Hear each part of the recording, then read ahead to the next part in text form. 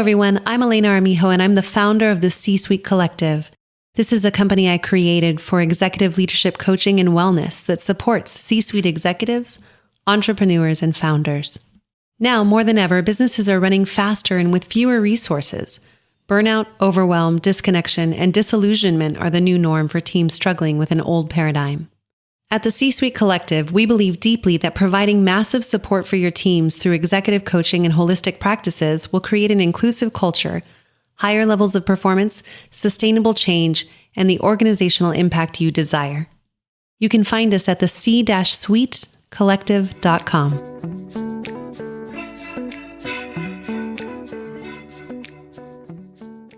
What can strong collaborations provide? We'll look at that in our coaching tip for the week.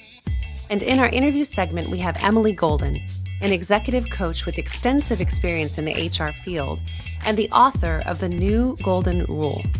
We hope you enjoy the episode today, and remember, something powerful resides within you. I'm here to support you in seeing it and creating it.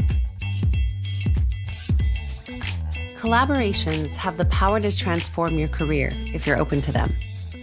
I think about how many collaborations I've had so far in the last 7 years, and my mind is blown by how many people I've actually connected with and grown with in a way that I never thought I could. So consider that if you're willing to partner with people and collaborate on a higher level than you've been, this is transformative. The first thing that collaborations can potentially provide you are connection. With Emily Golden, for instance, we were training together as coaches, and the moment we met, we had a strong connection, and we continued to develop that connection over our training year. And to this day, 7 years later, we are connected. The second thing is community. As a business owner and a coach, sometimes I spend all day long in a room by myself, talking to people on the computer, clients from all over the world, but I'm alone physically in my space. So I think it's really important as you grow to have a community that you can rely on. Especially as a coach, I know over 50 people that I can call at the drop of a hat if I get stuck or scared or just need some advice. So again, collaborations can provide you community. The third thing is thinking outside of your current filter or view. There have been many times when I think that my way is the right way or building my business should go a certain way. And the moment that I get someone on the phone and talk through ideas with them, not only is my mind opened up to possibilities, but I'm also working with people together to create something larger than I potentially could have ever thought of on my own. So together is stronger than being separate and alone.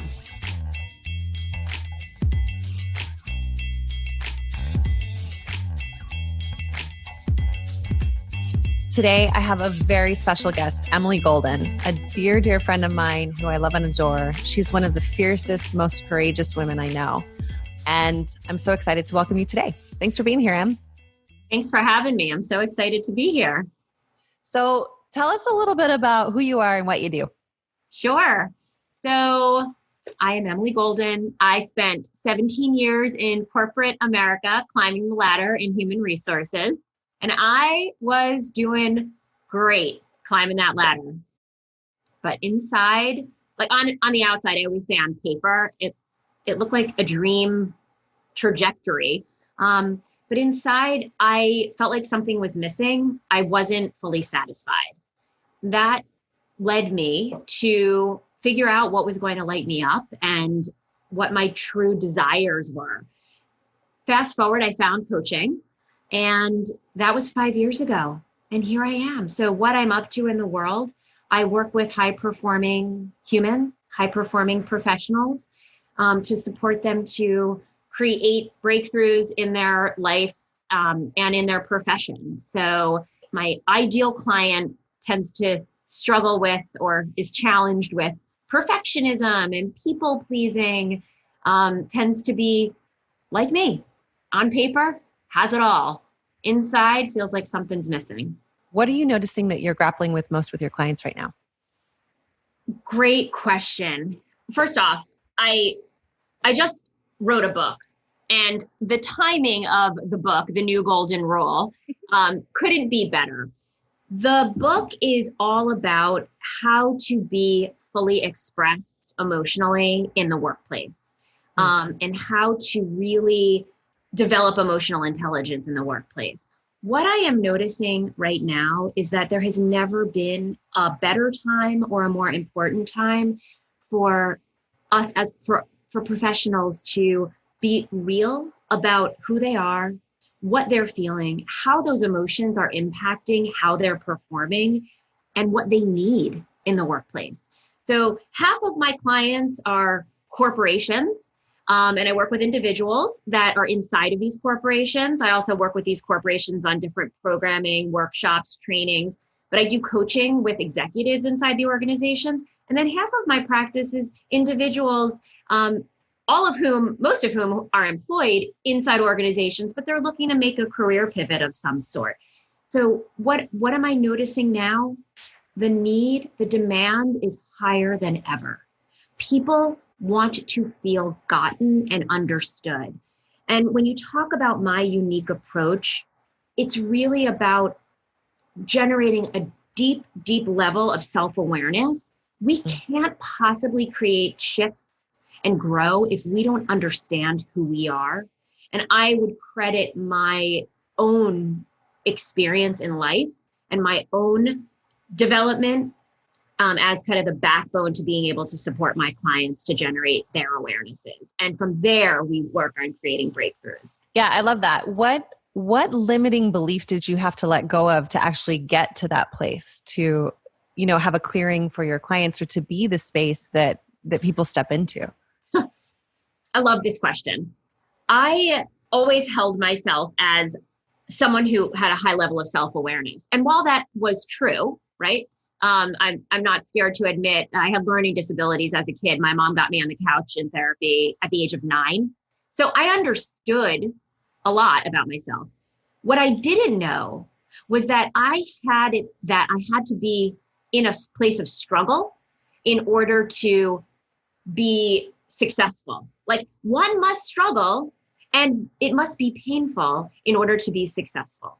So that was the limiting belief that I really needed to overcome and break through in order to be able to stand and support my clients. I will tell you that I now relate to what I do, my business, and my life with ease and joy, not all the time, but most of the time. And when I notice I'm struggling, it's like an old pattern and I know what to do.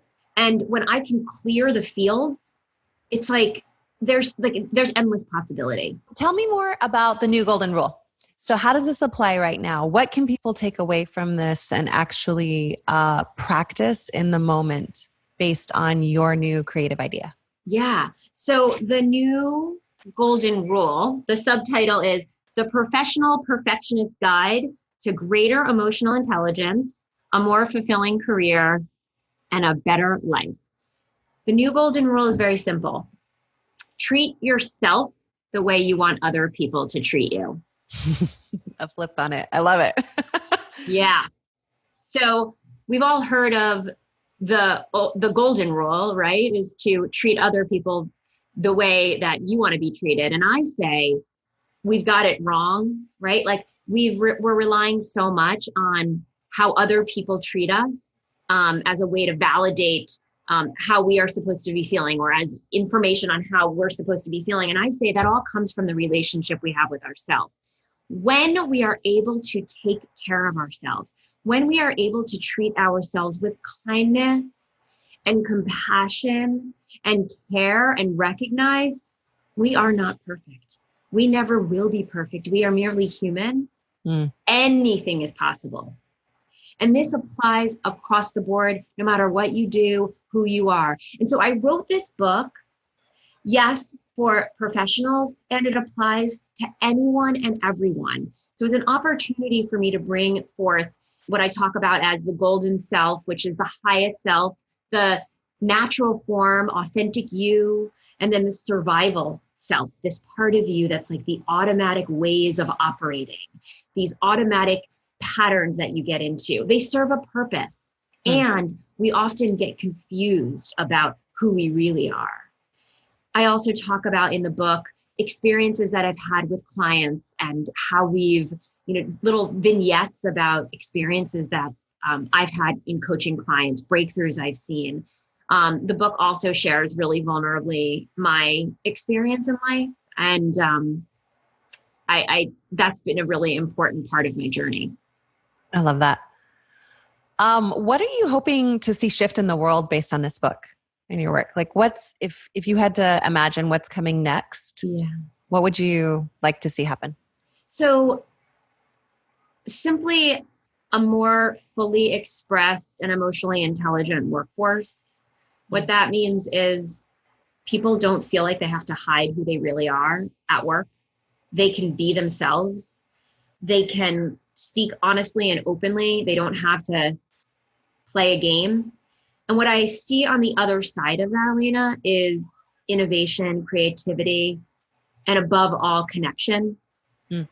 We are connection craving machines, right? We all want connection.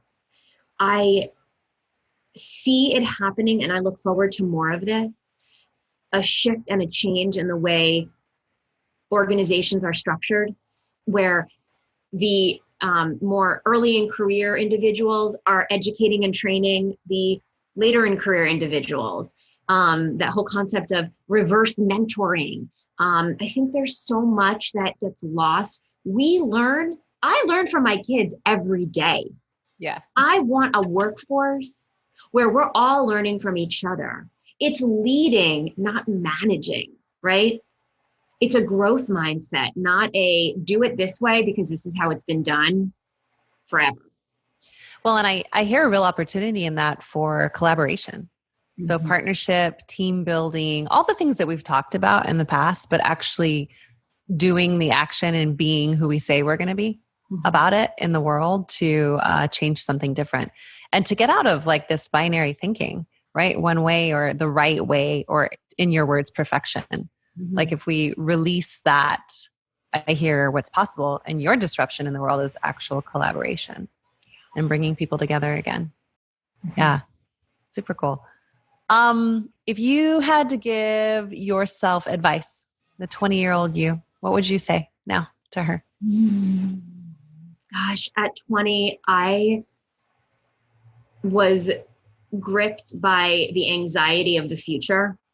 I wanted to get married. Was I going to meet someone great? Was I going to have children? Was I going to have a career?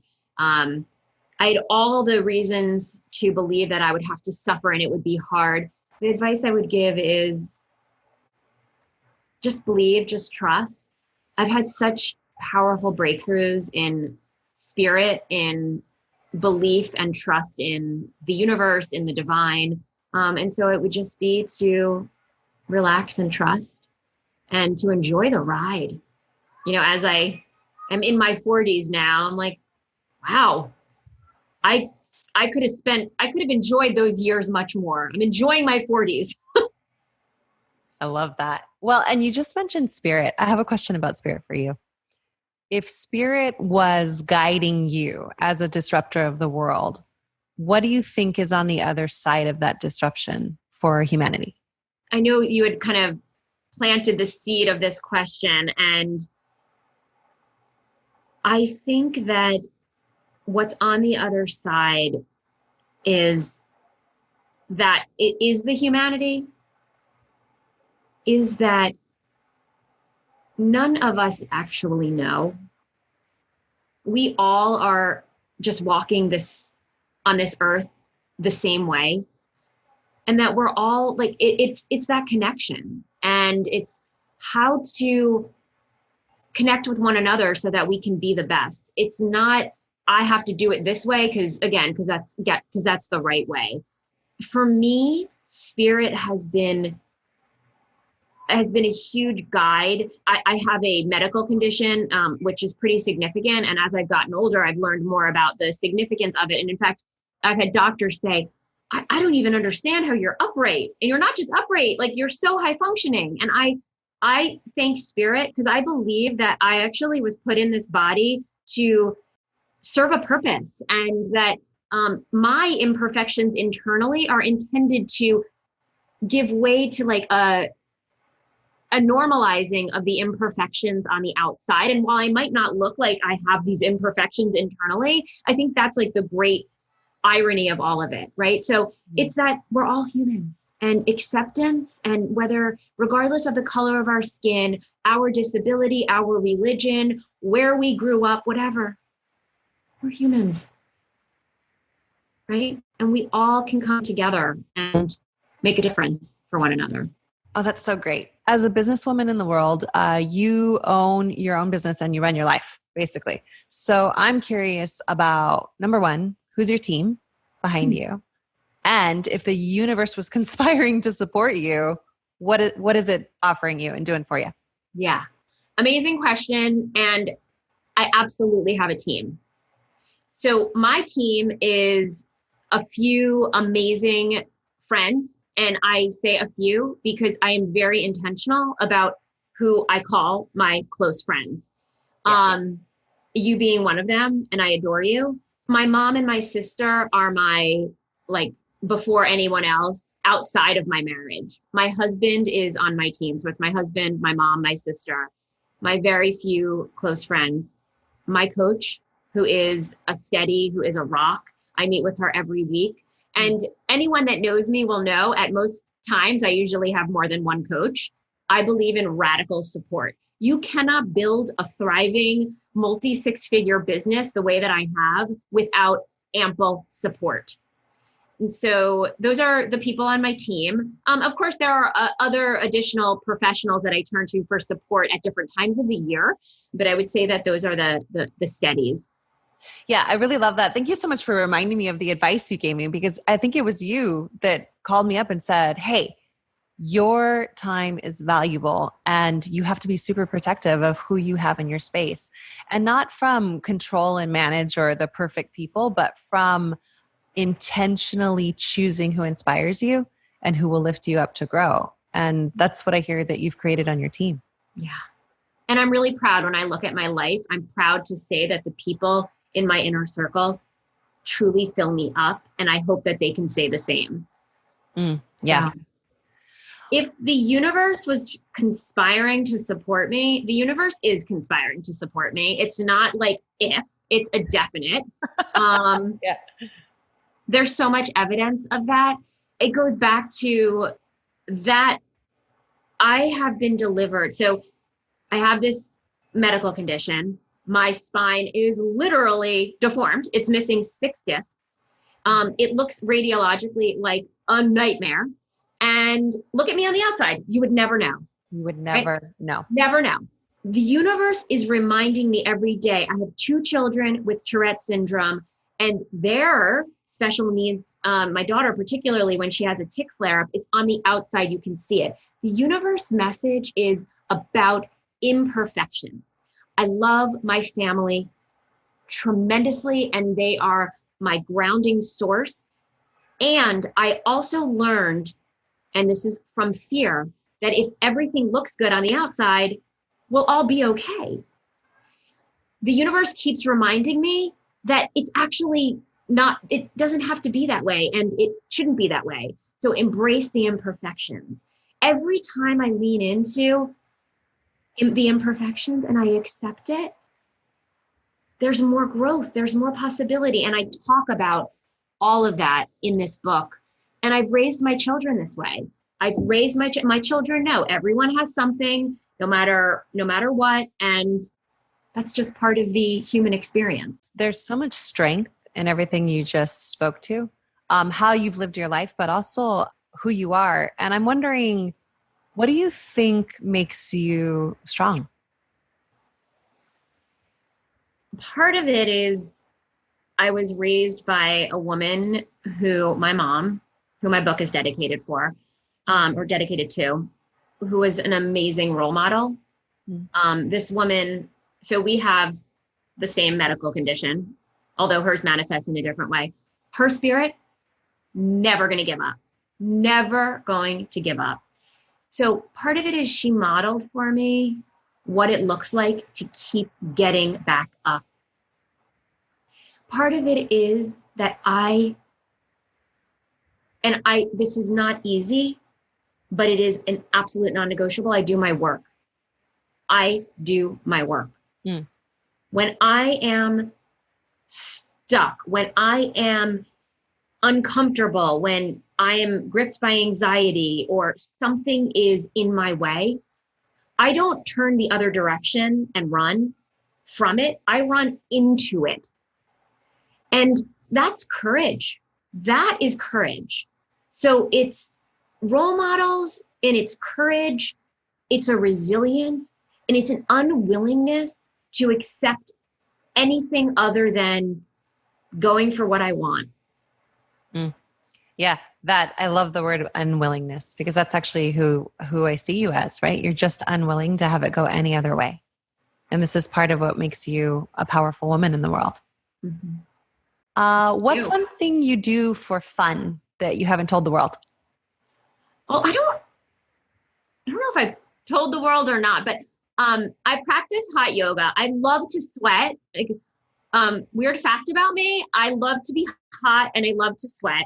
And I just got myself an inflatable yoga dome, which is now sitting, no joke, in my living room. It is enormous. I'm still trying to get the heating down. An But inflatable yoga doll?